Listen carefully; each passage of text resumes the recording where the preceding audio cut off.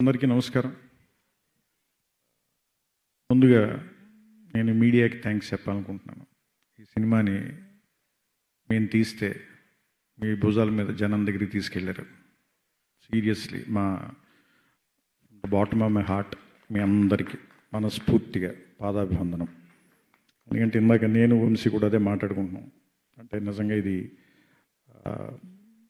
ఖచ్చితంగా ఒక మంచి సినిమా జనానికి రీచ్ అవ్వాలి అనే పట్టుదలతో మీరందరూ అసలు ఒక మంచి సినిమా తీస్తే దాన్ని మీరు ఇచ్చే రివ్యూ ఇలా ఉంటుంది. That's what the kind of love you have shown to us. మీ అందరికీ మనస్ఫూర్తిగా నా నమస్కారాలు, కృతజ్ఞతలు. ఈ సినిమా ఫస్ట్ చేద్దామని అనుకున్నప్పుడు మాకు మొట్టమొదట అనిపించిన పెద్ద హర్డిల్ ఏంటంటే, ఒరిజినల్లో మొత్తం సినిమా అంతా కోశీ వైపు నుంచి చెప్పబడుతుంది.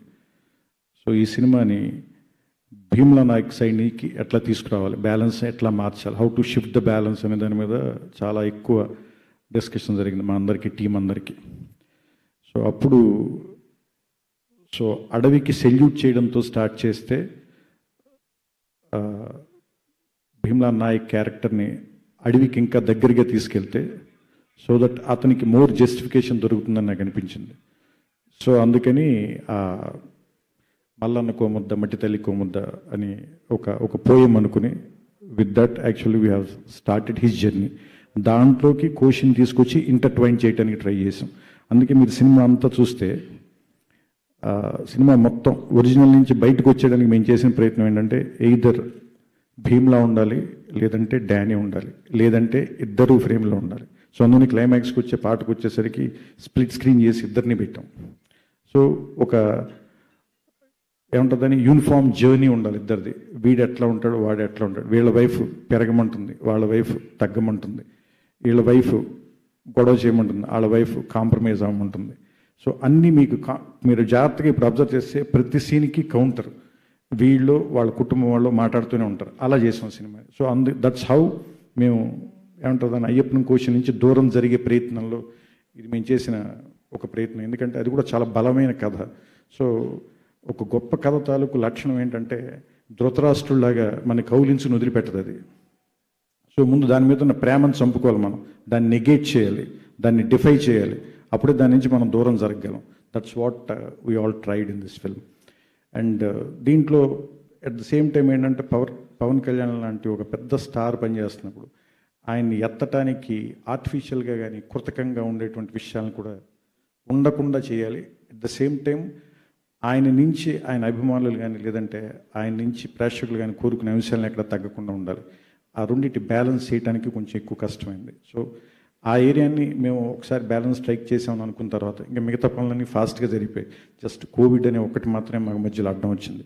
మిగతా ఏ విషయాల గురించి మేము పెద్దగా వర్రీ అవ్వలేదు. అండ్ ఎందుకంటే మాకు గ్రేట్ కాస్ట్ ఉంది, క్రూ ఉంది.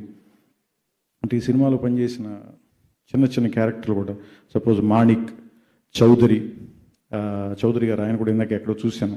సో ఆయన వీళ్ళందరూ కూడా పంపిస్తాయి, వీళ్ళందరూ కూడా సార్ చౌదరి గారు నమస్కారం, మాణిక్ ప్లీజ్ మీరిద్దరు కూడా ఒకసారి స్టేజ్ మీదకి రావాలని కోరుకుంటున్నాను. నేను రా సార్ ప్లీజ్ రండి. ఎందుకంటే ఎంత బాగా చేశారంటే వీళ్ళు. మాణిక్ ఒక్క డైలాగ్ చెప్తాడు, భీమ్లా అరెస్ట్ అయ్యేటప్పుడు ఎంత బాగా చేశారన్నయ్య అని. అలాగే నాకు బాగా నచ్చింది, మేము ఎవరైనా చెప్పకుండా డైలాగ్ లేకుండా చేసినప్పుడు యాక్టర్ కనిపిస్తాడు.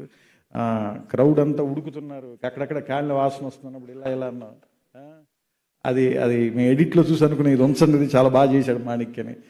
Please long way to go sir Chowdary garu. Thanks a lot sir, thanks a lot. Especially flash back కానీ క్లైమాక్స్ కానీ చాలా చాలా చాలా బాగా చేశారు మీరు నిజంగా.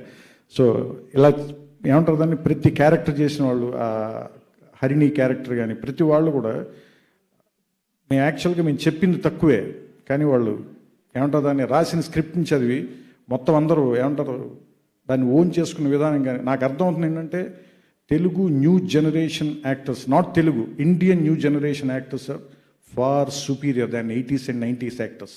సారీ అంటే ఈ స్టేట్మెంట్ కొంతమందిని బాధ పెడితే నేను క్షమించాలి, but I felt so. Last 5-6 yearsకి నేను పనిచేస్తుంటే నేను చూస్తున్నానంటే గ్రేట్ ట్రాన్స్ఫర్మేషన్ వచ్చింది యాక్టర్స్ అందరిలోనూ కూడా.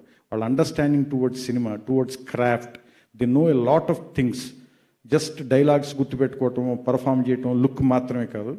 They have far deeper understanding than that. అందుకని వీళ్ళందరికీ కూడా నేను పేరున అందరికీ నేను నా కృతజ్ఞతలు చెప్తున్నాను.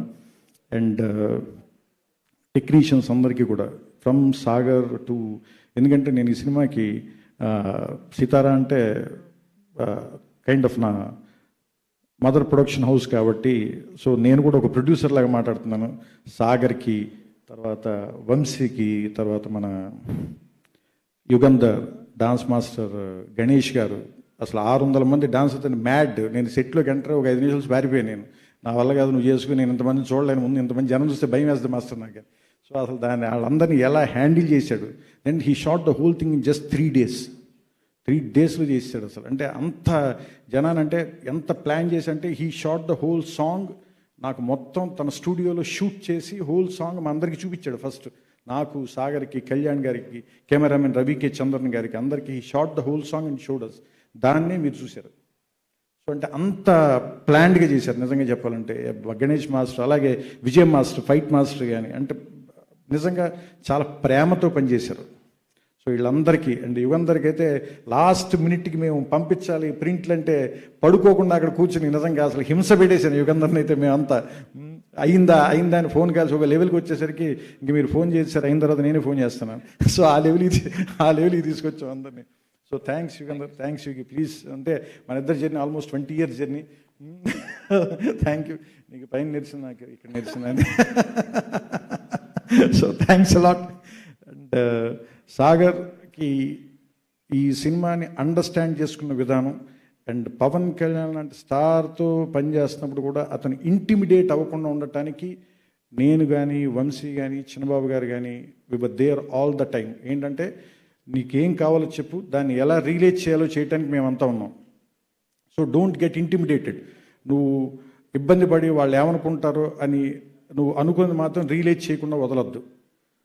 సో నిర్మమాటంగా if you want to say no, suppose నువ్వు ఆయనకి చెప్పలేకపోతే మాకు చెప్పు, సో మేము వెళ్ళి ఆయనకి చెప్తాం అని మధ్యలో మేము ఒక బ్రిడ్జ్ క్రియేట్ చేసి నేనున్నప్పుడు నేను, వంశీ ఉన్నప్పుడు వంశీ, చిన్నబాబు గారు ఉన్నప్పుడు చిన్నబాబు. సో ఏమంటారు దాన్ని, సాగర్ అనుకున్న దాన్ని కంప్లీట్ చేయడానికి మేమందరం కూడా ట్రై చేసాం.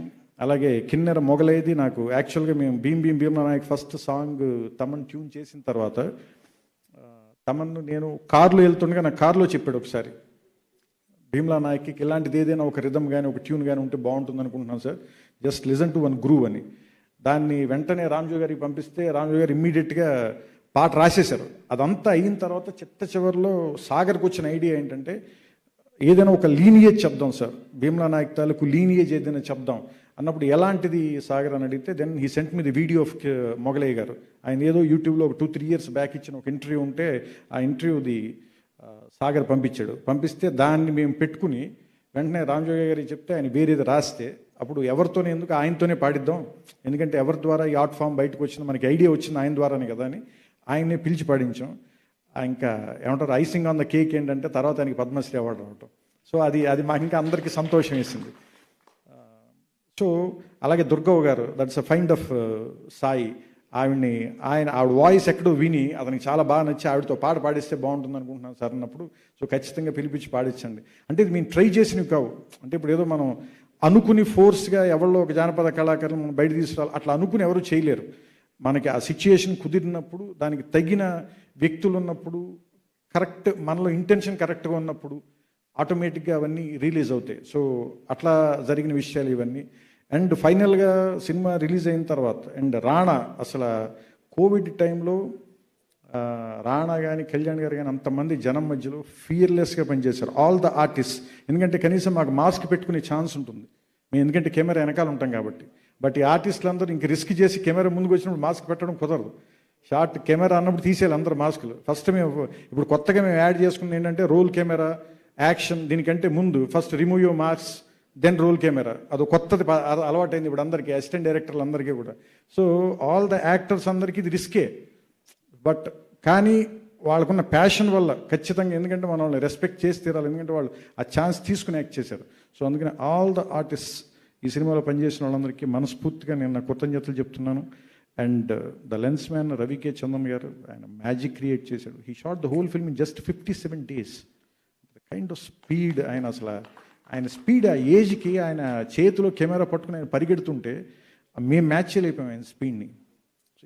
అంటే వీళ్ళు ఎందుకు అసలు అంటే ఒక దిల్ చాతా లేదంటే బ్లాక్ ఇలాంటి సినిమాలు ఆయన ఎట్లా తీసాడో మాకు అర్థమైంది. ఏంటంటే ఏమంటారు దాన్ని, మేము విట్నెస్ చేసాం ఆయనతో. నేను ఆయనతో ఇంతకుముందు ఒక 2 కమర్షియల్స్ పనిచేశాను, బట్ ఫుల్ ఫ్లెడ్జ్డ్ సినిమా పనిచేయటం ఈ సినిమాతోనే చూశాను. And it's fantastic experience with రవికే sir. And Thaman అంటే ఇంకా చెప్పేదే ఉంది, నా ఫ్యామిలీ లాగా. ఇంకా మేము కథ చెప్పగానే అతను పార్టీ ఇచ్చేస్తాడు. అంటే గ్రేటెస్ట్ థింగ్ ఆఫ్ తమన్ ఏంటంటే అతను ఈ మధ్య సంగీతంతో మాట్లాడుతున్నాడు. ఒక సీన్ ఉందంటే కనుక ఆ సీన్ మనం చూడని ఒక యాంగిల్ అతను మాట్లాడతాడు. మామూలుగా ఆర్టిస్ట్ ఎలాగో వాళ్ళ ఫీలింగ్ మాట్లాడతారు డైరెక్ట్గా, అది మనకు అర్థమవుతుంటుంది. బట్ కొన్ని అన్సెడ్ థింగ్స్ ఉంటాయి, ఆ అన్సెడ్ థింగ్స్ని తన మ్యూజిక్ ద్వారా చెప్తున్నాడు. అందుకేనంటే అందరూ బ్యాక్గ్రౌండ్ మ్యూజిక్ బాగుంది అంటే దాని అర్థం ఏంటంటే అది పార్ట్ ఆఫ్ ది ఫిల్మ్ అయిపోయింది. సో అది కూడా ఒక యాక్టర్ లాగా, లేదంటే అది కూడా ఒక డైలాగ్ లాగా, అది కూడా ఒక ఎమోషన్ లాగా it is coming and reaching you and touching you. So ఎంతమంది మనసుల్ని స్పృశించినందుకు నువ్వు నిజంగా అదృష్టవంతుడివి. అండ్ ఇప్పుడే నువ్వు జర్నీ స్టార్ట్ చేసావు, a long way to go. So all the very best to you and congratulations.